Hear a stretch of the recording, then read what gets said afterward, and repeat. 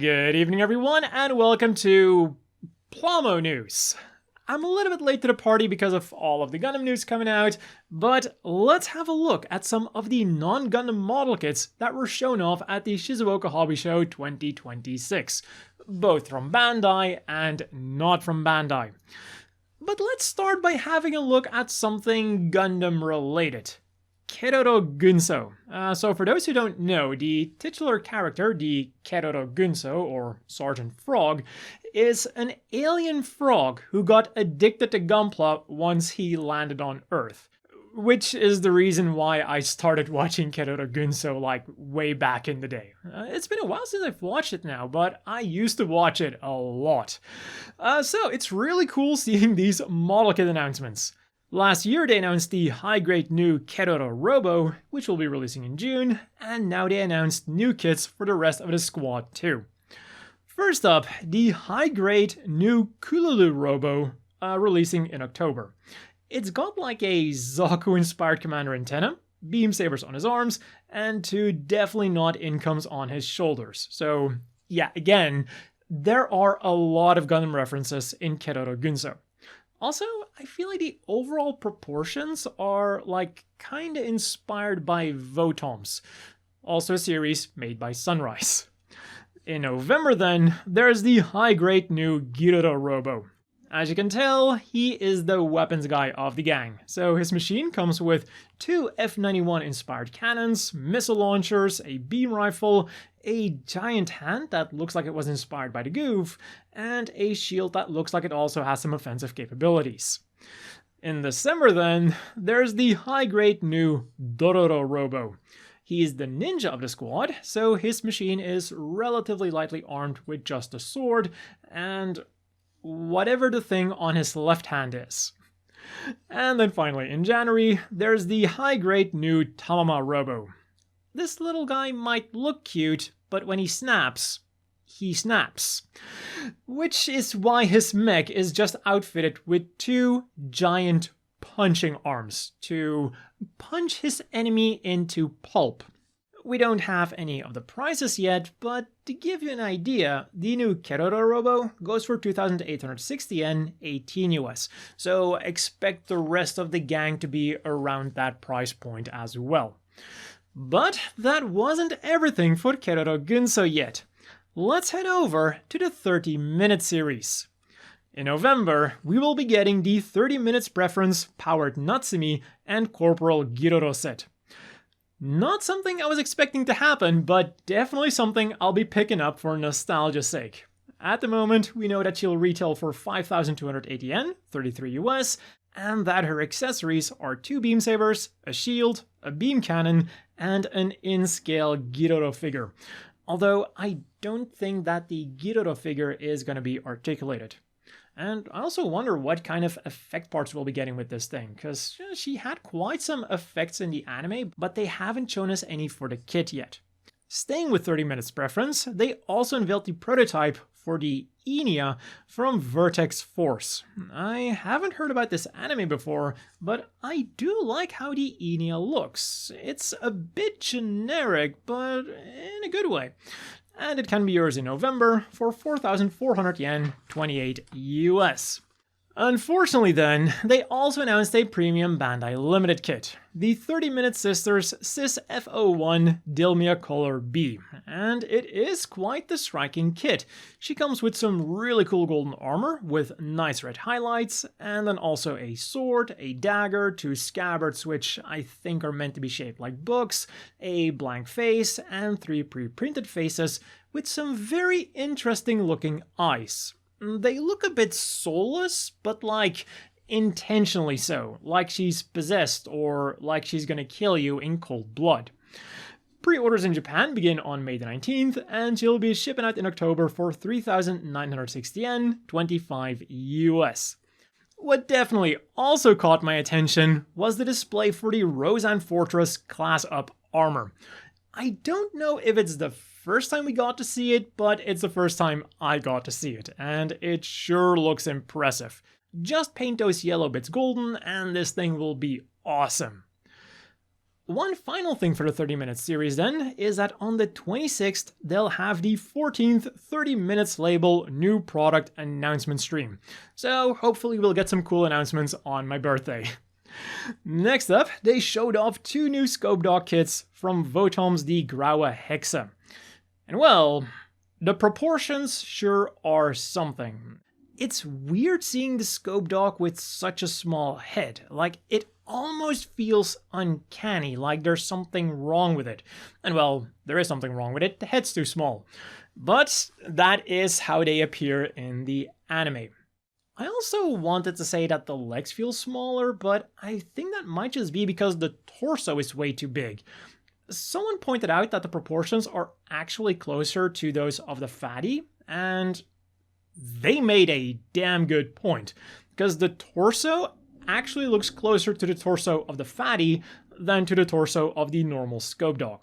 The detailing then also got drastically changed, like to the point where you have to wonder if it's still the normal Scopedog, which reminds me a bit of the Gundam 0080 situation. The mobile suits were originally supposed to be their normal counterparts, but they looked so different that eventually they just retconned them to be different units. So I wonder if they're gonna do the same thing with these Scopedogs. But whatever the case might be, you can get this quite different looking Scopedog in 2 different versions. The desert version is hitting in November for an as of yet unknown price, and for the standard version, we just have no information whatsoever. And other than the color scheme, they also come with a different backpack, with like the main difference being that the desert version has an antenna on the side. But if you're a fan of the more normal looking Scopedog, then Good Smile has you covered with the Moderoid Scopedog tentative name. The proportions are pretty much spot on, and I love how they added extra detail while still keeping it looking like the standard Scopedog. And the reason that the detailing looks so good as it does is because this kit is gonna be 1/12 scale. Perfect for your Figmas and your 30-minute sisters, and you could probably even squeeze in 1/10 scale kits like Frame Arms Girls. Both the release date and the price are yet to be determined, but I'm really bracing myself for the price. Part of me is screaming to get it, but another part of me is telling me that it's gonna be really expensive. And if you want to make it even more expensive, you can buy it together with the Chirico Cuvie Plamatea kit. But just like the Scopedog, both its price and release date are yet to be announced, but it's probably going to be releasing on the same day as the Scopedog though. And to wrap up the Votoms stuff, Wave also showed off the 1/35th scale Standing Turtle TS version, which will be releasing in August for 5,280 yen, 33 US. Max Factory showed off the Plamax 1/24th scale Diving Beetle, with its price and release date yet to be announced. And Mega House just went all out by showing off their new VA kit Platoon series. And the first lineup consists of 6 armored troopers from the Graue Hexe, Scopedog Desert Colors A through D, and Rising Beetle A and B. Votoms fans were definitely eating well at the Shizuoka hobby show. And so were the Armored Core fans. Bandai might not have announced anything new at the show, but Kotobukiya sure did. They showed us an unpainted prototype for the non-scale Steel Haze Ortus, an announcement for the Loader 4, an announcement for the Nightfall, this mysterious announcement for the second series of decoction models, and the Variable Infinity 1/72nd scale Fascinator Final Battle version, which I'm assuming is going to be a remold of the old version with new weapons. And to go along with that new Fascinator, they also announced a bunch of Variable Infinity kits re-releases.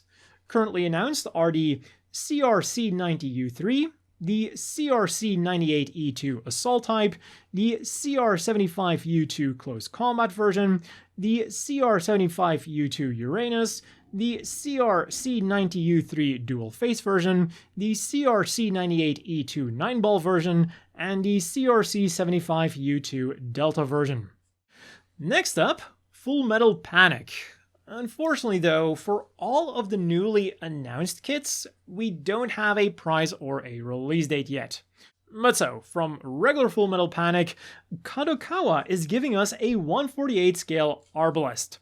Its only shown accessory is its shotgun, but I would be extremely surprised if it didn't also come with its signature anti-tank dagger. Slightly bigger then is the 135th scale Laevatain from Full Metal Panic Invisible Victory. It's made by Wave and Orange Cat, and it is looking incredibly impressive. The size and weapons loadout alone is enough to draw your attention. It comes with the XL3 booster unit, a bunch of missiles, 2 shotguns, 2 miniguns, 2 assault rifles, 2 monomolecular cutters, a ponytail, and even an action base to put him on. But then on top of that, we're also getting this really detailed cockpit, complete with an articulated in-scale Sosuke.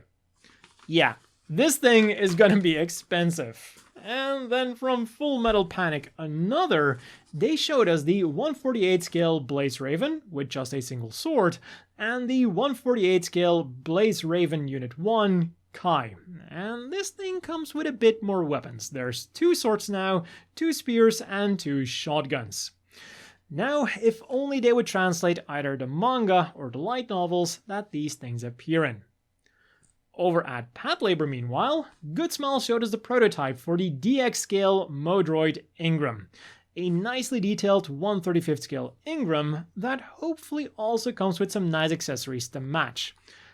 At the moment, they've only shown us the shield and the baton, but if their regular scale Ingram was anything to go by, it should also come with a revolver cannon, shotgun, and parts to either build Unit 1 or Unit 2.